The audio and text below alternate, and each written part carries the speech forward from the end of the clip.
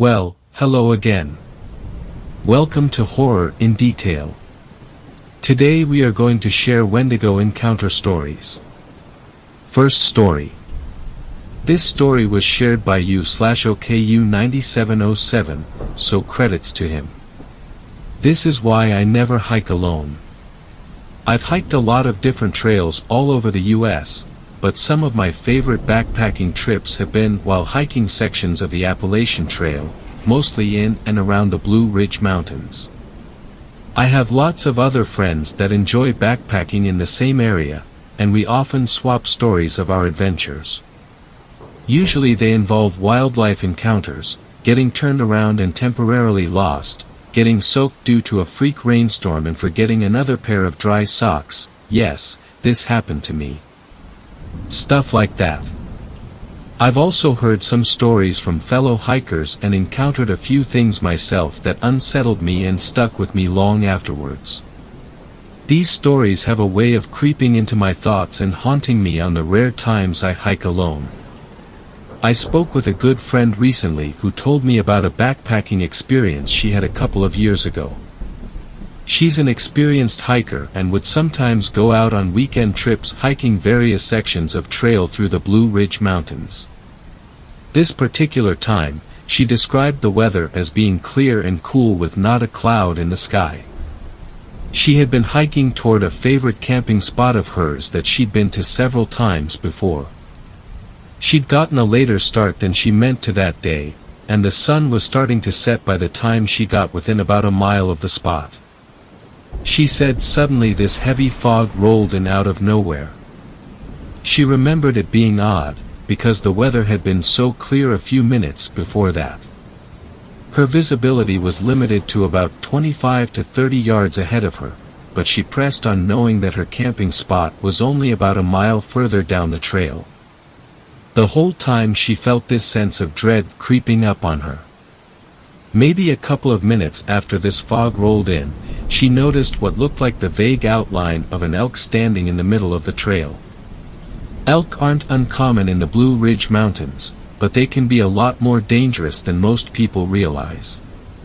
Inexperienced hikers, ignorant of the danger elk can pose, have been known to approach them thinking that they're just gentle giants and have frequently gotten seriously injured or even killed by them as a result. They're no joke. Knowing this, she stopped when she saw it so as to keep her distance and then started backing away slowly. As she did so, to her dismay, it started slowly approaching her. The outline of the beast was still vague, but she could tell that it was bigger than any other elk she'd ever seen. As the shape started to materialize out of the fog, she also realized, to her horror, that this thing wasn't an elk.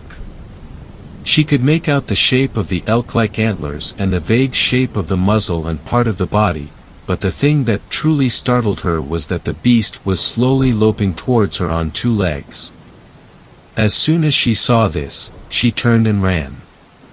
Visibility was still very limited, and she had to dodge overhanging branches, tree roots, and large rocks as she ran in a blind panic. After about 10 minutes, she told me that the fog started to clear up and the feeling of dread also faded a little bit along with it. She knew that there was no way she could make it back to her car before dark, so she got off the trail and made her way into the woods until she came to a spot which wasn't visible from the trail and where she felt safe setting up her tent. She described being hunkered down in her tent all night with her knife at the ready and hearing what sounded like an elk bellowing in the woods. If you've ever heard this, you know they can sound pretty unsettling. But she described this bellowing as being deeper and more guttural than a normal elk. At times, it even sounded like the thing was forming what sounded like they could have been words. Sometimes it was closer to her, sometimes further away, and, at one point, she thought she heard a second one. The bellowing faded off into the distance as it started getting light outside. She waited until it was bright enough outside to pack up and then booked it out there. She didn't go backpacking in the mountains for a year after that experience and now only goes with friends.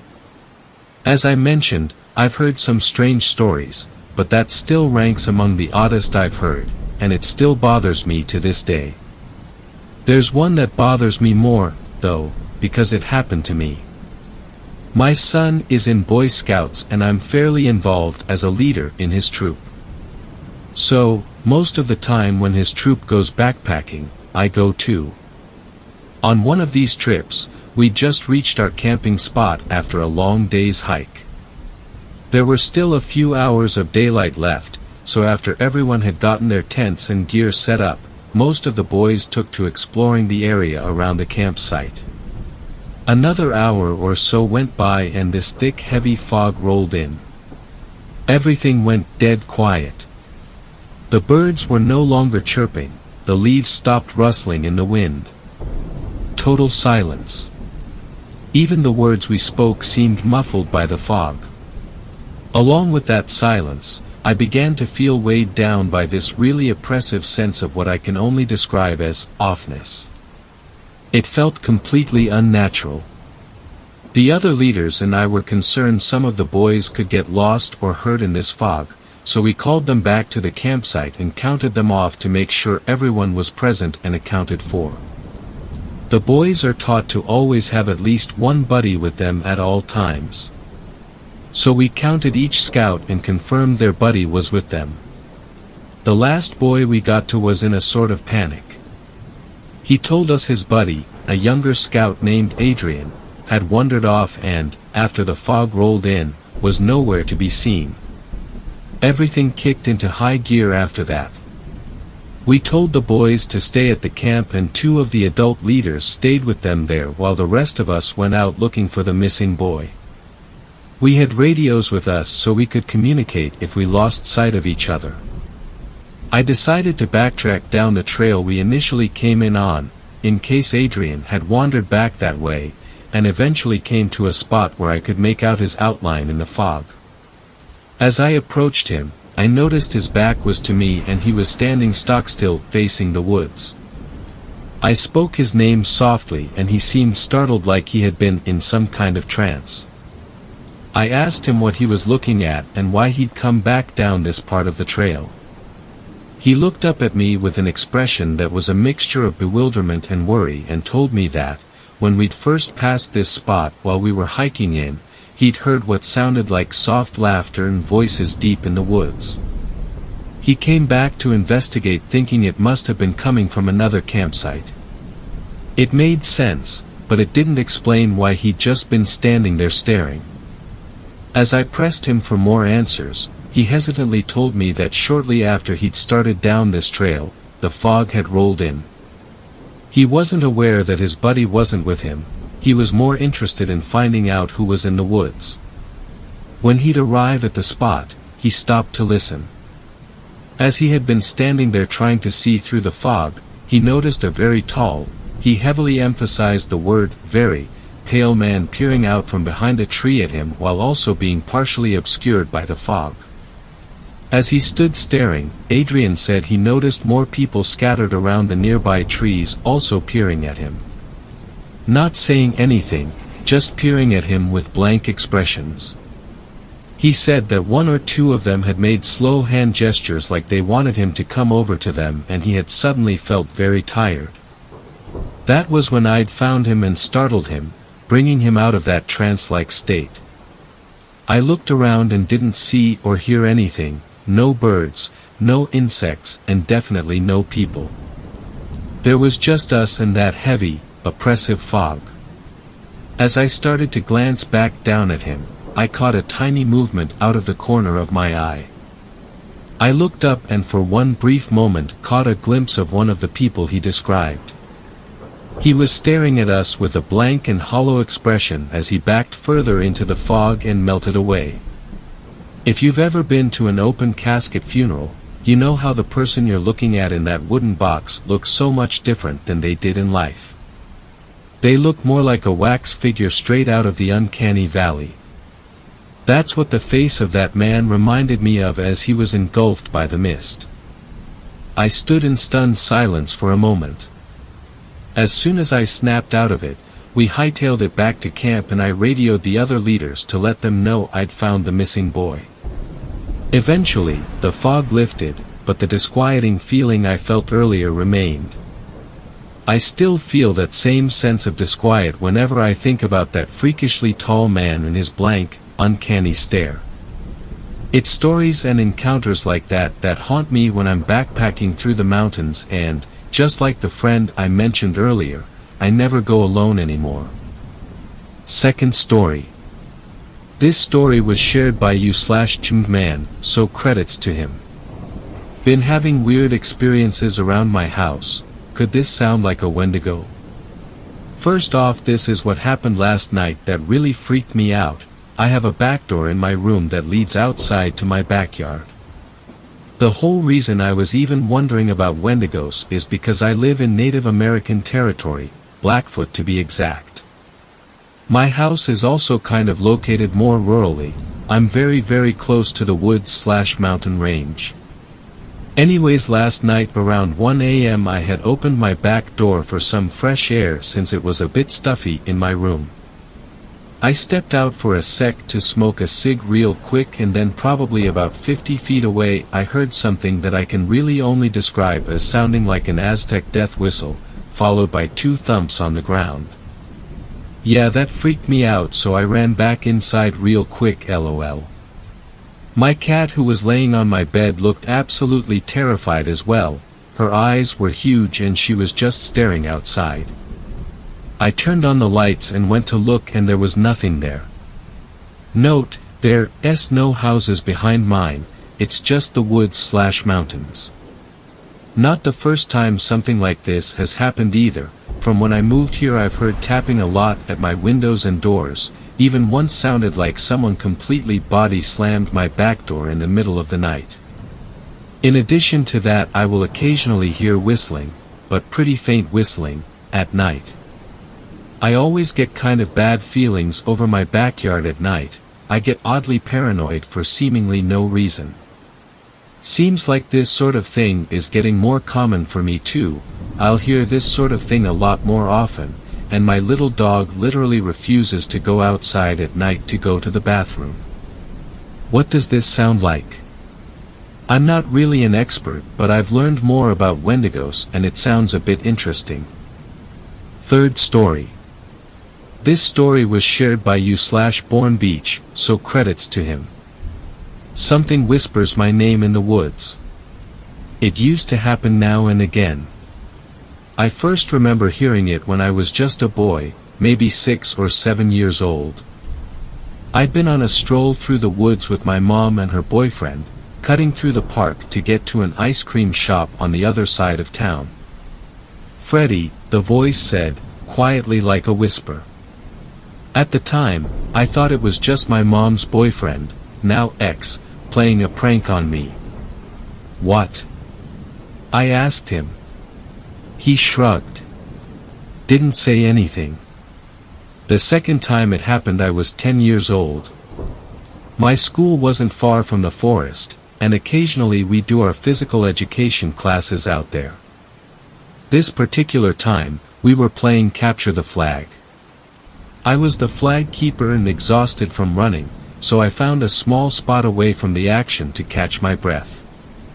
The flag was stuck into my belt on my waist, so I couldn't just grab a breath anywhere. It was easy to steal if somebody was quick or quiet enough. It just so happened one kid, Ryan, thought he was that quiet. Honestly, I wouldn't have heard him either. He was nearly on top of me. "Freddie." I jumped at the sound of my name and Ryan lunged for my flag. Before he could reach me though, I bolted. At the time I thought that maybe Ryan called my name to rub in his impending victory. Like a, "Aha Freddie. Got you," sort of thing. As time wore on I learned that wasn't the case. The voice called out to me more frequently. When I was in high school, I got a job at a movie theater on the other end of town. The quickest route to get there was, you guessed it, to cut through the forest path. I walked it alone, and often. The more I did, the more the voice would whisper my name. Soon, It was whispering my name at least once every time I walked through the woods. "Freddy," it would say, and I'd stop and look around. When I wouldn't see anybody, I'd turn and continue on my way. This might sound a little silly, but I sort of got used to it. I guess maybe I just didn't want to think I was losing my mind, so I never told anybody about it. Being the kid that heard voices wasn't exactly a badge of honor in high school. Plus, I like to think that maybe I just had some kind of special connection with the woods. Like some spiritual hippie thing. I was 17 years old when the voice terrified me.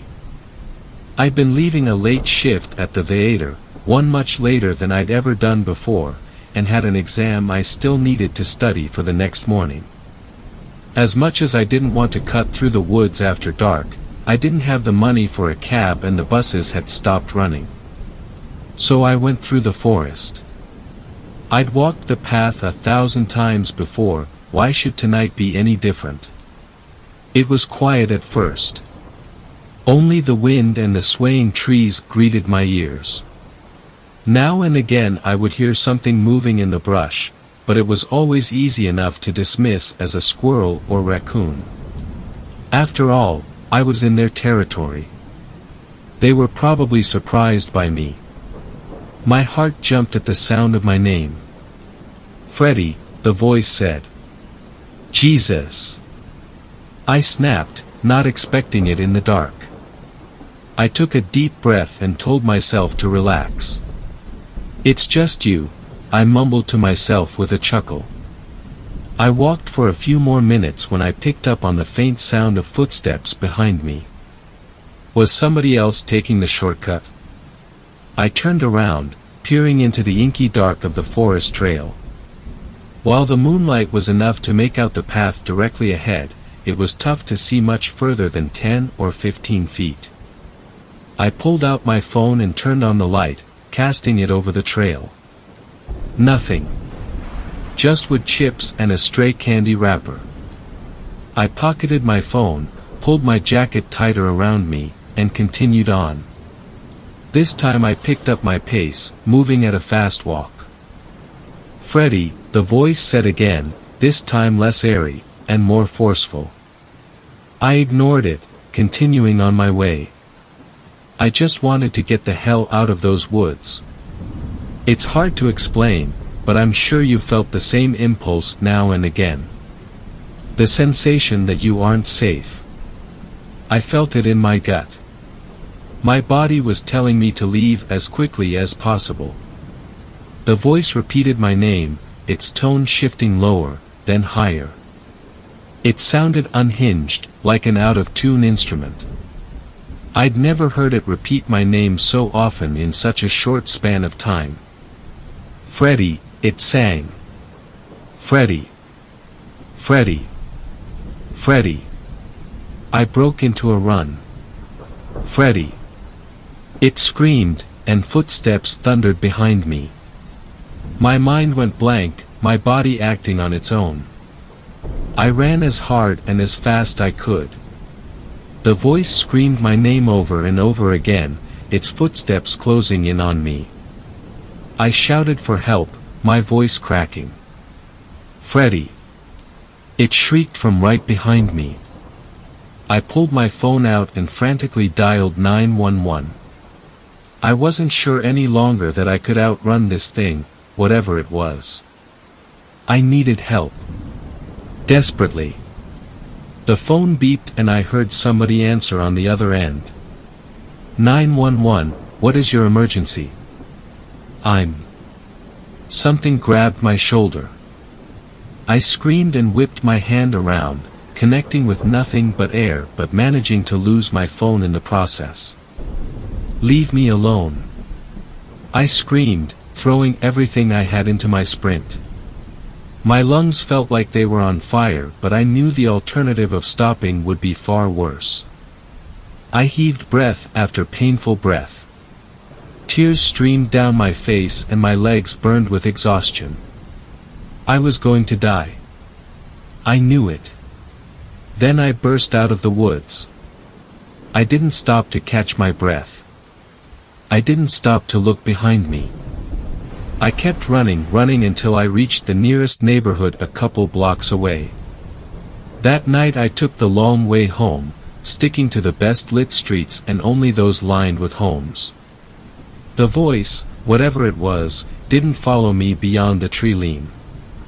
I'm home now, breathless and still trying to calm down. My mom's not here. She's still at her late shift at the hospital, but I'll tell her everything when she gets back. In the meantime I contacted the police and they're searching the forest. I don't know what it was that was whispering my name for all these years, but I know one thing, I'm never going back into those woods again. Shit. 1 second. I'm pretty sure I just heard the back door open. Alright, looks like I'll have to leave this here for now. I just heard my mom call my name from downstairs. She must be home early. 4th story. This story was shared by you/deadgirl1367, so credits to him. Wendigo or Skinwalker, not sure. Immediate help please. My fiancé's farm has had a problem with whatever it is for years. However, it really hadn't been an issue as much as a presence. Like having a cougar on your land. You know it's there and could attack at any second. But it just doesn't. Our home is old, BTW. Very old, and 2 of the beams in the basement are made up of giant logs that may have come from the woods behind the field. So anyways. The first time its presence was seen, I was on the phone with my guy and he was sitting in his mom's car at night. We were teenagers then. That's when he noticed in this, admittedly really odd-looking, twisted tree that's outside a creature that was large and in his words, looked like a man becoming a beast. He carefully, calmly, got out of the car and hurried inside. It didn't seem to notice him. There's still claw marks on the tree. Not bear-like or cat-like. I looked up the area and back then, Google's so messed up now, I can no longer find it, that a Wendigo king has the hunting ground of the entire length of the creek that is down the road. It was this time of year and he said when he saw it, he heard laughter and war drums. Then I moved here years later. One night I saw what I thought was a red reflector by our mailbox. I was confused about who put that there, it had not been that morning. As I turned my headlights towards the box to better see, the red circle suddenly pulled back into the massive field across the street. As our friend and I got out of the car he said he saw something, that wasn't an animal, standing in the field. We hurried inside. This was autumn. The next autumn I was driving home alone and saw that same red reflector bobbing across the street. When I approached it suddenly whipped around like a startled animal and the light zoomed back into the field. I refused to leave the truck without someone coming for me. I should add I've seen that same light pacing the upstairs of the barn, through the window. Next time was during the 4th of July and we were having a small party. And had the barn door open. When dusk began I saw it. Giant, maybe as big as a horse. It looked like a man with no hair. Grayish purple, I suppose frostbitten colored, skin. Naked. Incredibly skinny as though it has no organs.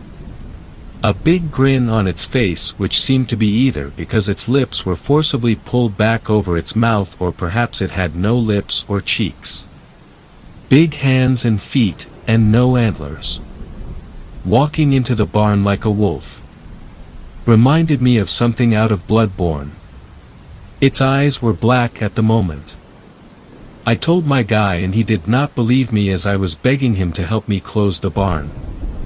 There is openings in the back it could leave from but the door being open did not feel right after that. Then his great-aunt asked, did anyone see that little girl go into the barn? It's well known by our family that a ghost of a small girl in white roams the farm and is well liked by us. He immediately agreed after that. Then nothing more. Occasionally I feel something reach out for me as I walk around at night, but I've read about W's when I was young, and there's many spiritual things about me that seem to keep me safe. Regardless, I carry a buck knife when I travel at night just in case I have to defend myself. But then his mom left. His mom is very unhealthy and gluttonous in every form. Over 2 years without her and our farm was peaceful. We had been caring for his grandfather, who always said something dark followed him around. And in the last week of his life weird things kept happening. Then he died suddenly and nobody knows why. I had stated earlier that month that the more his mom was showing up again and the more we cleaned up and worked on the farm, the angrier something seemed to get. In fact, a few weeks before, something grabbed onto my guy's father in the barn and make horrible screeches when he put up the mower after dark.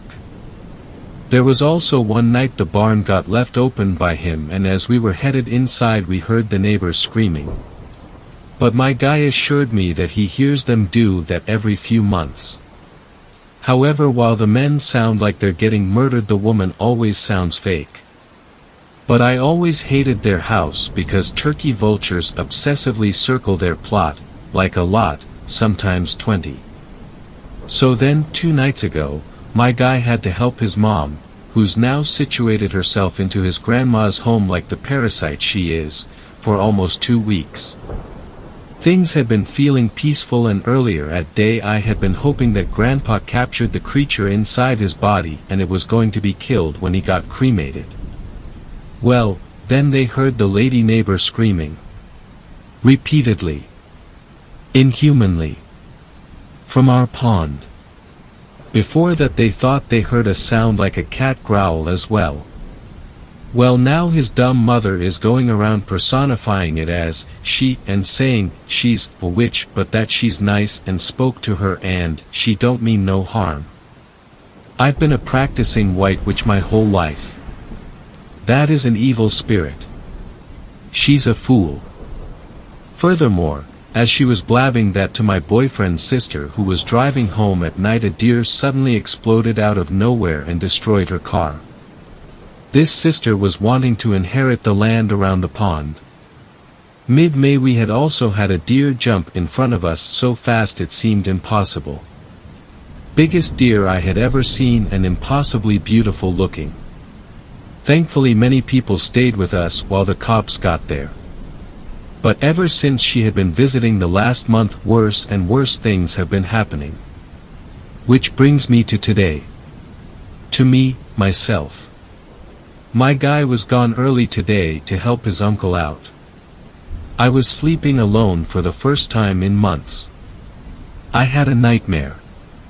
It was that you sent me home from the food pantry because you had more stuff to do, but it was night.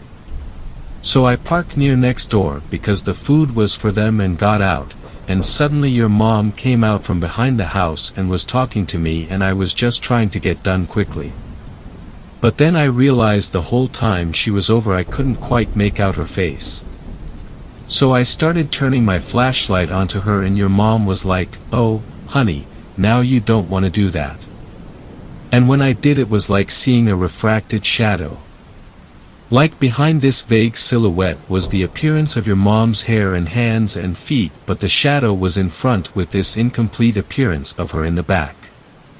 And when I realized what it was, my heart stopped and I started slowly backing up to their porch as this terrifyingly powerful man's voice said, "You don't want to do that."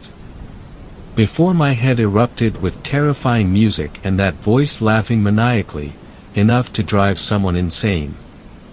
But I kept continually calmly going to the porch as I began to forcibly pray and say, "In the name of God and Jesus, leave me alone, and Christ compels you," and all that stuff. This is what I had texted him. It was horrifying. And I could sense it didn't want to devour me. It wanted to keep me.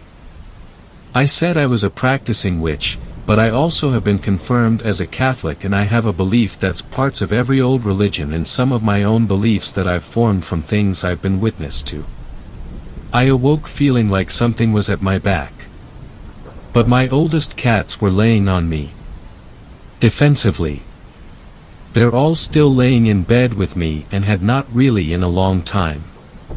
As I tried to get back to sleep, I prayed for my home and family to be kept safe. For positive energy to cover the land. And for evil spirits to be cast off of our land.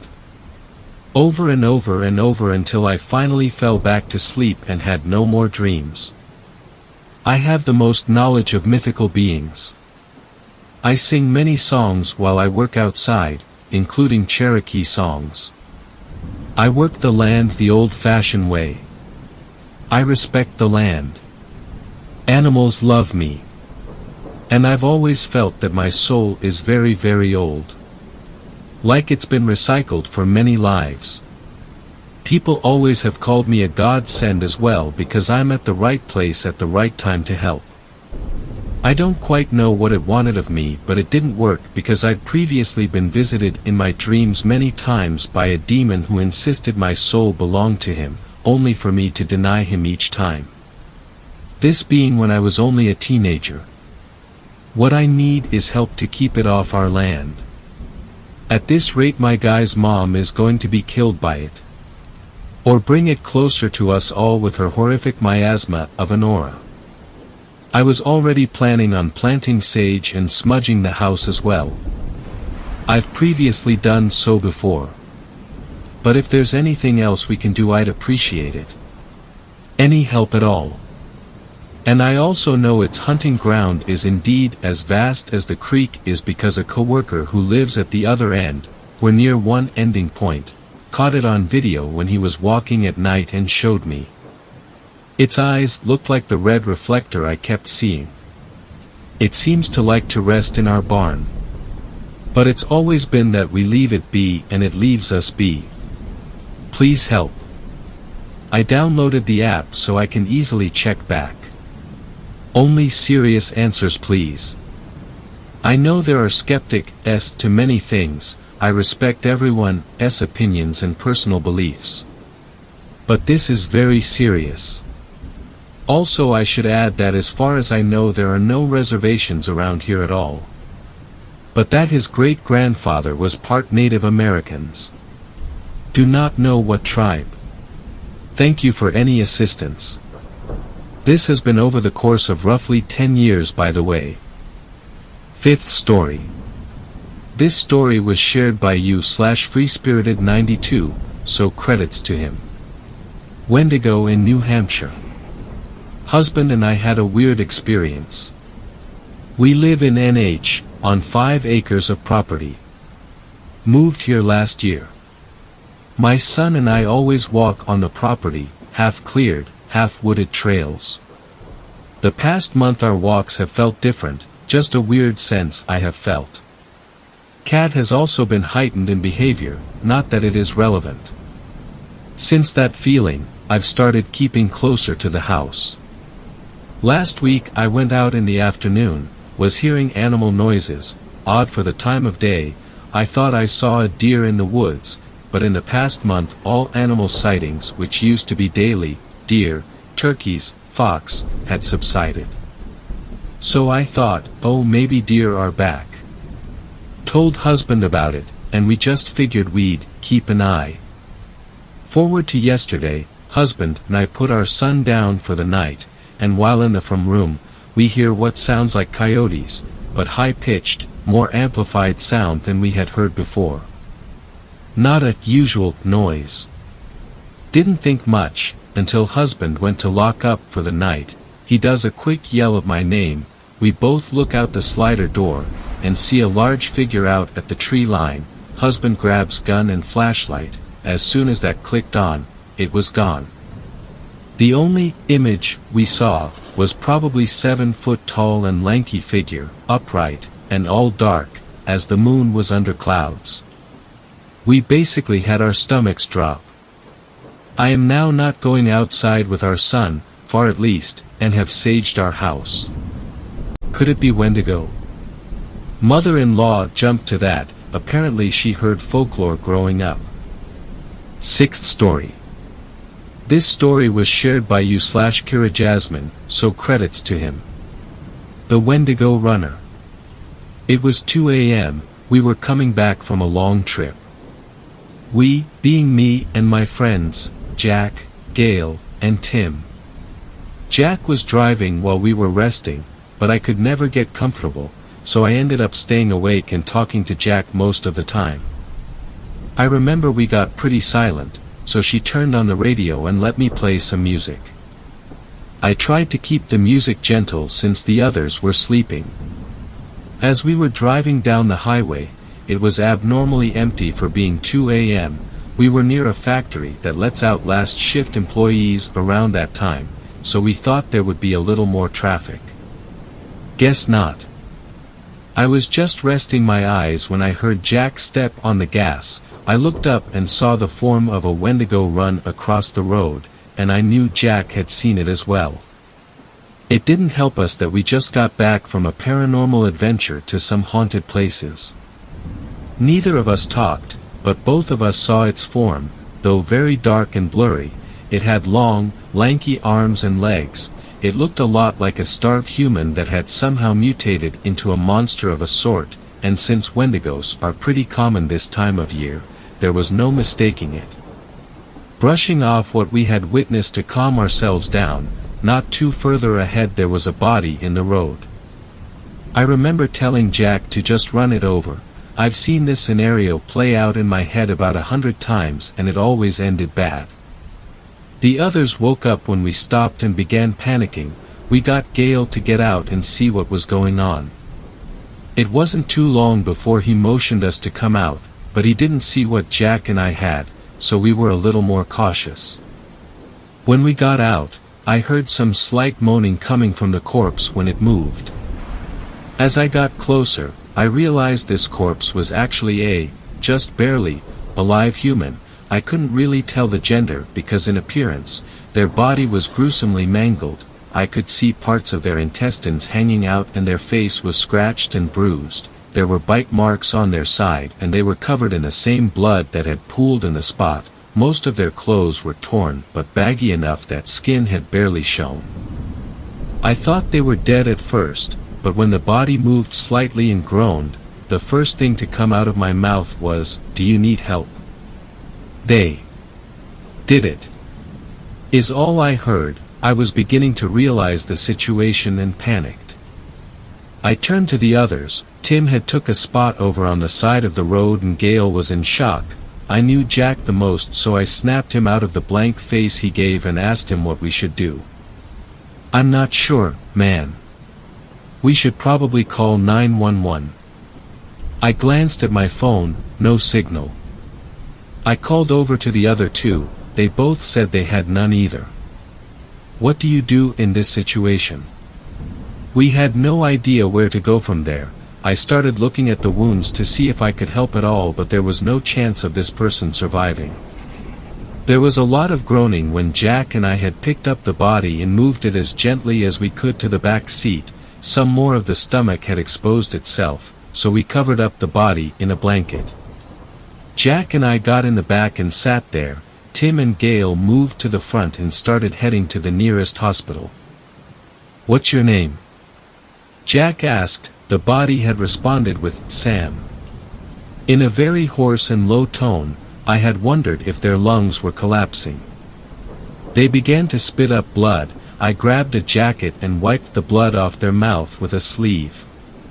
"You said they did it. Who exactly did this to you?" I asked, not caring about the fact these could be their last words. "The Wendigos. They're hunting," was the only response I got. Jack and I looked at each other before we scanned the outside of the windows, looking to see if there were any more. It wasn't long before we heard screeching tires and felt our bodies thrown forward. None of us could recall what had happened, but the nurse told me it was unlucky of our friend, that they must have been attacked by wolves with the shape they were in. She wanted any of us to explain who the person was, but all we could give her was, their name was Sam. It took a lot of explaining to so many officers what had happened that night.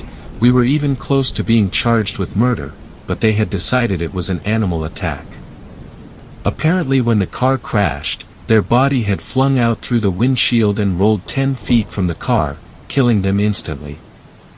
We thought this would be over and we could forget that night, but there was almost a perfect indent in the car that looked so human, yet not at the same time. The interior was coated in blood and a couple chunks of flesh.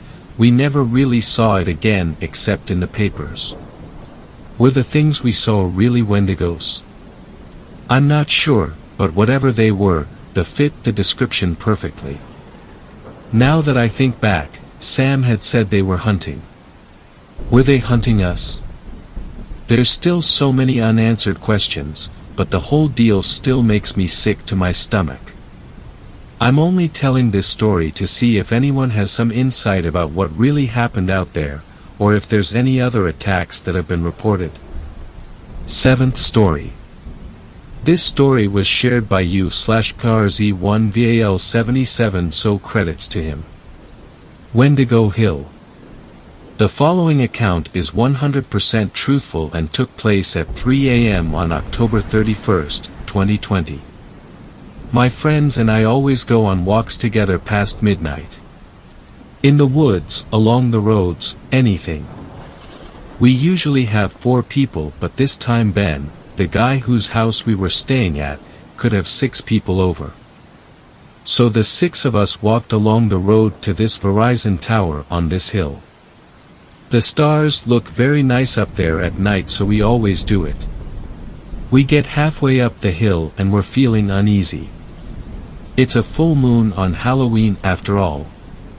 Nick, the oldest and most stoic out of us, the one who never jokes about or believes in the paranormal or anything, points his flashlight ahead on the trail. What the F is that? He rarely swears, so this was another attention-grabbing thing. We all stop and look ahead. About 20 paces ahead of us there it was. 8 feet tall, white as snow. A skin and bone, lanky, bipedal being within a stone's throw. 6 people all saw this at the same time. It takes off into the woods at superhuman speed. We stop and are silent for a moment. We immediately start asking if everyone saw it, and everyone did. We argue and cuss, and I try my hardest to convince the others to turn back and forget it.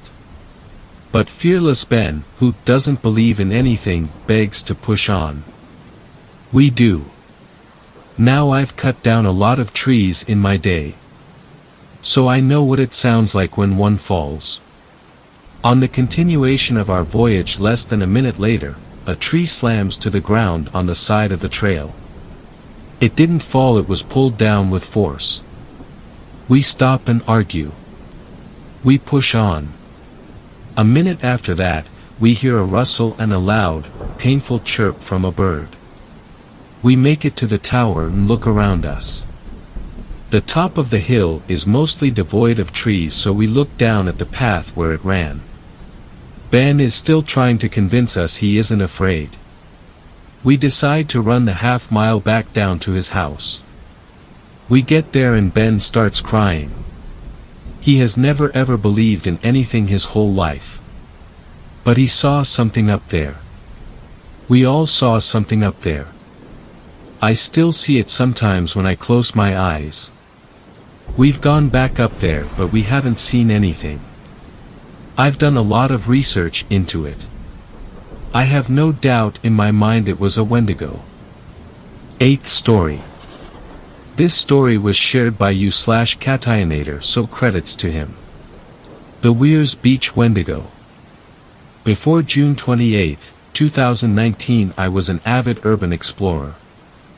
I would always look down back roads for abandoned houses and soon-to-be torn-down barns. I'm also a photographer by trade, so naturally, I brought my camera along with me to capture the experience. So when my grandfather invited me up to his summer lake home in the White Mountains, I was gleeful. Not because of the mountain scenery, or the private lake with multiple jet skis, no. I was giddy at the thought of being able to explore one of my most sought-after abandoned destinations, Surf Coaster. Surf Coaster was a massive abandoned water park about 2 miles from Weirs Beach. The park covered about 10 square miles and was rumored to be the urban explorer's paradise. I arrived at the nearest public parking lot, a Cumberland Farms, at around 6:40 p.m. I used my GPS to see a topographical satellite view of the large abandoned parking lot of the water park. I was led down a few side streets and back roads until I saw the sign. Hidden among vines and bushes was a blue sign with yellow-tinted bulb lights surrounding it that said Surf Coaster. Next to it was a rusted and rather puny 2-foot-high gate with a faded, "No Trespassing" sign. I'll pretend I didn't see that. Stepping over the obstacle, I was presented with a parking lot with a few scattered 80s-looking hatchbacks and sedans. They were rusted with their windows smashed in, and graffiti plastered all over them. The parking lot stretched about 70 feet in front of me and then stopped to another fence. To my right there was a wooden fence, and to my left down a step hill was an urban explorer's dream. Water slides covered with ivy and moss, pools filled with deflated inflatable toys, and sunning chairs with towels still on them. As I started down the embankment, I stopped at what must have been the ticketing booth.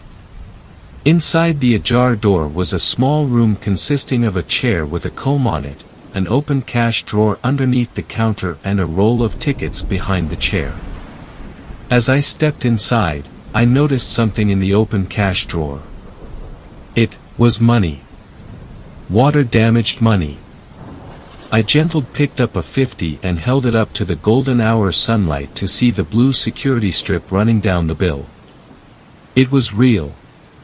Why in the world would the company leave money at their closed park, I thought to myself.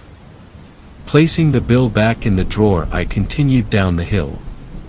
The next 2 hours were fairly standard for urban exploring: chipping paint, dirty water, rotting wood, all except for one small detail. The towels. On most the lounge chairs by the large pool were people's towels. As if they had just left them. I thought nothing of it and ignored it. After I had seen the last enormous moss-covered water slide, I only had one more place to go. The bathrooms. Now at this point in my adventure, the sun had already set, and a cool breeze was making the hairs on my arms stand up. As I traversed the crumbling pool deck to the hillside bathrooms, I noticed something odd: the bathroom doors. The doors were rusted steel with large locks on them. When I got there, I was right. Large rusted locks were holding the bathroom doors shut. But why the bathrooms? I wanted to explore them, but they were built into the hillside and were mostly underground, so there was only one entrance. As I looked around for a rock or some heavy object to try and dislodge the locks, I realized that the ground surrounding the bathrooms were scattered with bullet shells. They were still shiny, and using my scarce weapon knowledge, they looked to be .30 caliber rounds. My stomach turned as the park could actually be closed due to an active shooter or terrorist. Wouldn't that have been on the news? I mean, that's a big deal. I settled myself as they could have just as easily been rounds fired by some rednecks who used the water park as their gun range. It was New Hampshire after all. I soon found a rusted fire extinguisher and successfully knocked the men's room lock off. Inside was an assortment of more towels, swim goggles, duffel bags, and dried-up sunscreen bottles. The whole room smelled like vinyl for some reason, and I could barely snap a few pics before bolting out of there. Odd that they would lock that up, but it could serve as a home for homeless people or drug dealers. I was just going to skip the women's room, assuming it would be more of the same. But then the thought hit me: what if it was something else? What if it was the same? I had to know. After retrieving the fire extinguisher from the bush, I threw it into. I knocked off the second lock, and opened the heavy door. A blast of air hit me. There were two things wrong with that air. One was the fact that it made me as cold as I had ever been, and that it smelled like a rotting animal. I stepped out of the way to let myself warm up for a few seconds. I saw a good photo opportunity there with both doors open, so I took it. Setting my shutter speed to capture the light just right, I was about to take the photo when through the viewfinder I saw something that made my blood curdle, movement from inside. There was a grayish-brownish movement coming from inside. I dropped my camera and froze in fear. The faint lighting the full moon gave was enough to reveal the creature that slowly emerged in front of me. It was crouched down to fit inside the doorway, so I could only guess it was 9 feet tall. Its face was that of a wolf and it had teeth that jutted out of its lips. Its fur was greasy and slimy, like that of a dog's saliva, and as started at it let out the most terrifying sound I have ever heard. Its wail was high-pitched and raspy at the same time. Adrenaline rushed through me as I turned to run back up the cracking stairs to the hill. My feet pounded on the moist soil as I neared the parking lot. I glanced over my shoulder and only then could I see the complete mass of the creature. It had to be at least 10 feet tall and its strides on all fours told me I had to run faster than I had ever run before if I wanted to live. So I did. I ran all the way back to the main road and all the way to the gas station, all while listening to its ear-piercing wails grow farther away. I practically dived in my car and nearly stalled it trying to peel out. I drove the 2-hour journey back to Lincoln with my foot to the floor most of the ways. Even though I'm back in civilization I still don't feel safe, and I regret going there. I also regret dropping my camera. So if anyone wants a Canon 1DX, check the abandoned bathrooms at Surf Coaster, but beware of the Weirs Beach Wendigo. 9th story. This story was shared by you/The Silent Observer, so credits to him. There's an alien in the woods. Every dog owner fears the day their dog runs off. For me, living in a small rural town, it was a break-in. Some idiot high on narcotics and desperate for more drug money to feed his high. He smashed our living room window and blundered right into my dog Roscoe. Roscoe is a fully grown German Shepherd and doesn't take kindly to intruders. By the time me and my wife had gotten downstairs the man had stolen a purse and made off with more than a few injuries. The biggest problem? Roscoe was still chasing him. I took my double-barrel shotgun and told my wife to stay and call the police. Then I took off after the two. The three of us ran clear across my entire farm and into the adjacent forest. One of the benefits of living in the middle of nowhere is that the nights are a lot clearer. Many a night have I spent gazing at the stars and committing to walks in the bright moonlight. Tonight was not one of those nights. One of the downsides of living in the middle of nowhere is that when a new moon strikes with clouds in the sky, you can't see anything. In my haste I had neglected to bring a flashlight. I had to rely on the sound of barking, running, and snapping twigs to get by. It wasn't enough. Pretty soon I had stumbled my way into being lost with only a vague direction to continue my pursuit. It was then I started to hear something else. A repeating click echoing through the trees. All the animals that made that kind of noise were asleep, and it was far too deep and powerful to be a bat. The sound was concerning, but nothing compared to what I heard next. Roscoe's barking started coming from two directions.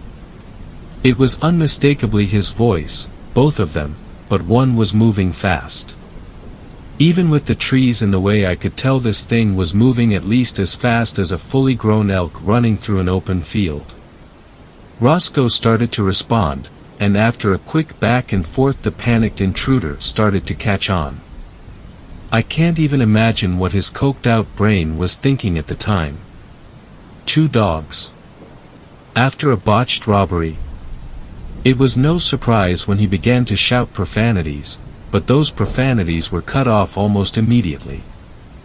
There was no scream, just a crack and silence.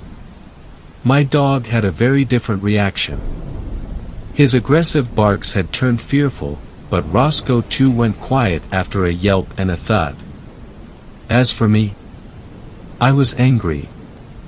I didn't know what the hell was going on, but I did know that something hit my dog. It didn't matter if it was a bear out for a late-night snack or a Wendigo. I was gonna pump that sucker full of lead and get Roscoe out. I burst onto the scene screaming obscenities and threats that would have made my local church bar me from entry. No bodies. No sign of life. Nothing but a giant splatter of blood covering an entire tree trunk. I continued. In hindsight, I must have looked like a chicken with its head cut off with how furiously and randomly I was bounding around, but I was on a mission and there wasn't anything that'd stop me. Or so I thought. The thing must have been at least 12 feet tall. 6 massive clawed limbs, 2 legs and 4 arms. An exoskeleton as white as snow and a singular massive eye as black as night. Organs of unknown purpose were embedded into the horn-like growths on the side of its head, a mesh of flesh that made me want to vomit. Trypophobia, I think the term is. Right below it all was a big maw of needle-like teeth. Yeah, I froze. So did it. And then I decided that blowing the demon spawn's head off was the right play. Nothing on this earth moves so fast. My trigger finger had barely twitched before the thing had jumped up into the trees. I discharged at a leaves, then tried to pin the thing down. I think the most frightening part about this encounter was the lack of sound. I have absolutely no idea how something that big could whirl between trees and barely even bend them. It was like I was trying to shoot a ghost, and pretty soon the remaining shot I had acted like I'd hit one too. I swear I'd unloaded my buckshot straight into its chest. The thing had landed behind me and I had turned around. Darn thing didn't even flinch. I knew then that all this was theatrics. A statement. I couldn't do anything to it, and it could do everything to me. There's nothing like being that powerless, but I didn't get to feel fear for very long. I turned to run and everything went black. When I came to it was to the smell of wet dog.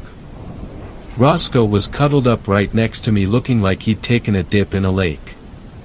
I threw my arms around him, he licked my face, and then we took a look around the cave we'd found ourselves in. The first thing I took note of was the thief, or at least what remained of him. Blood covered the stone slab he'd been placed on. His right leg and arm along with a good portion of his torso had been ripped clean off. The severed limbs had been placed back in their correct orientations as if there had been an attempt to piece him back together, but the man was clearly dead. I can only hope it was instant. Probably was. The second thing, of course, was the alien. I can't for the life of me figure out why, but it was hanging above me, its body spread out over the entire cave ceiling. With the daylight now pouring in I could see it was facing down, watching me without a hint of motion on its end.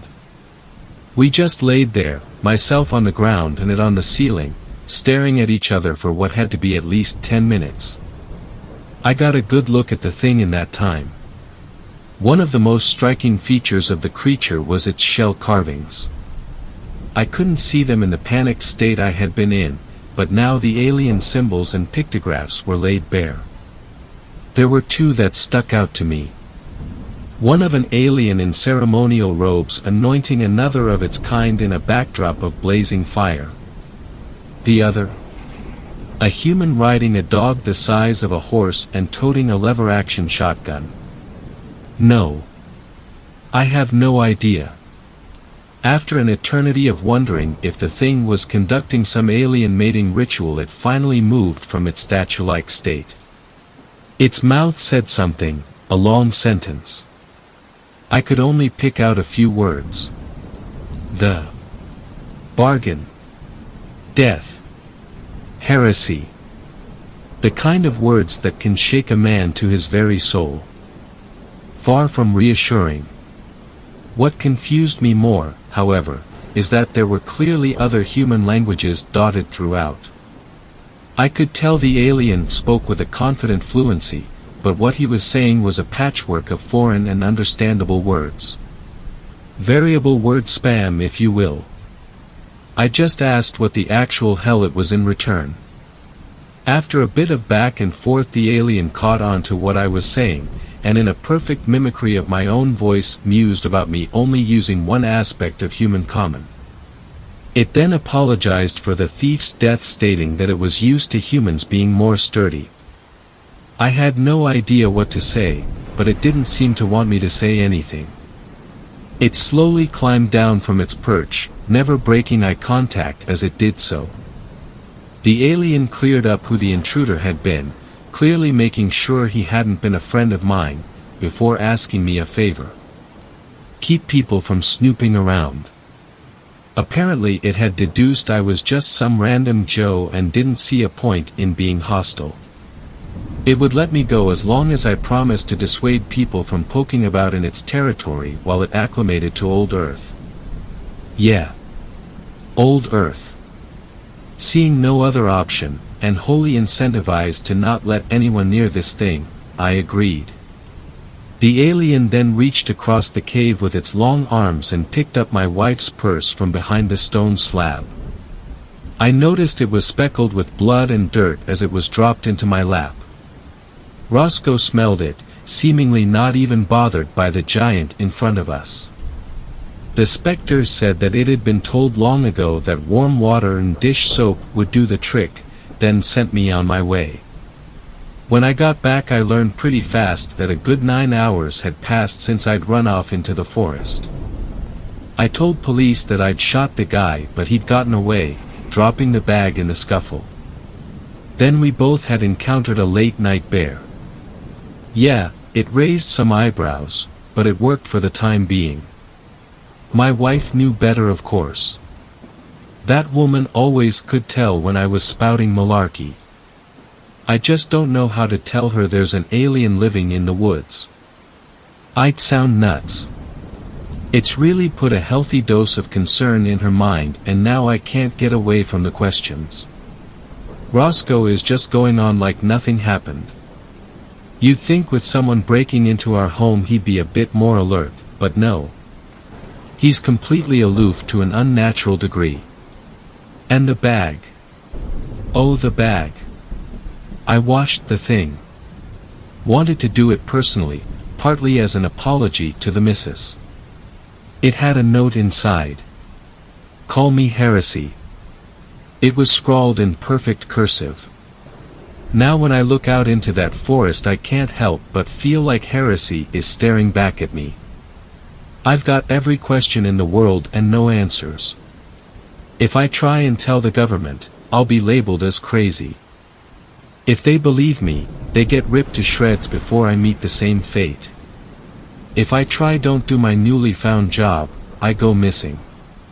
If I post about it to the internet, well, I don't know. I guess I'm looking for advice from strangers who don't even know me. All the locals. I care if they think I'm crazy. You guys? Not so much. So tell me. What the actual hell am I supposed to do here? 10th story. This was shared by you/necessary, and 775, so credits to him. The time I saw a Wendigo outside my house, true story. This happened a year ago. I still haven't told many people about it because it still shakes me to my core. I was home with my dad. We live on the outside of town near miles of deep dark forests. It was around 11 p.m. My dad had went to bed, but I sat out in the living room and watching a movie and pigging out on some food. I got up and walked down to the restroom. While walking down the hallway I noticed that outside was really quiet. There were no coyotes howling and our cows weren't mooing either. It was strange, but quickly just forgot I did my business in the restroom, and while I was washing my hands I looked out the window to my right. It is about 7 to 8 feet off the ground. I saw what I thought was a face. It looked pale and like it had half of its face just gone or rotting. Of course I thought it was just my eyes playing tricks on me, but then the motion sensor light turned on and I saw it in all of its ugly and scary glory. I looked at it while it looked at me. I stood there staring at it. I stood like that for so long it could have been minutes or an hour. Just as I thought it couldn't get worse, the thing moved and took off running into the woods. I stood there for a while longer before I moved again. I ran, told my dad. He didn't think much of it, but he got up and went outside to check, and I went and grabbed a shotgun. Luckily the thing was gone. I haven't seen it since, but one thing is for sure, I will never stay home alone or stay up late ever again. Thanks a lot for watching the video till the end. Subscribe to our channel Horror in Detail. Drop your opinions/suggestions in the comments section, and like the video as it helps with the YouTube algorithm.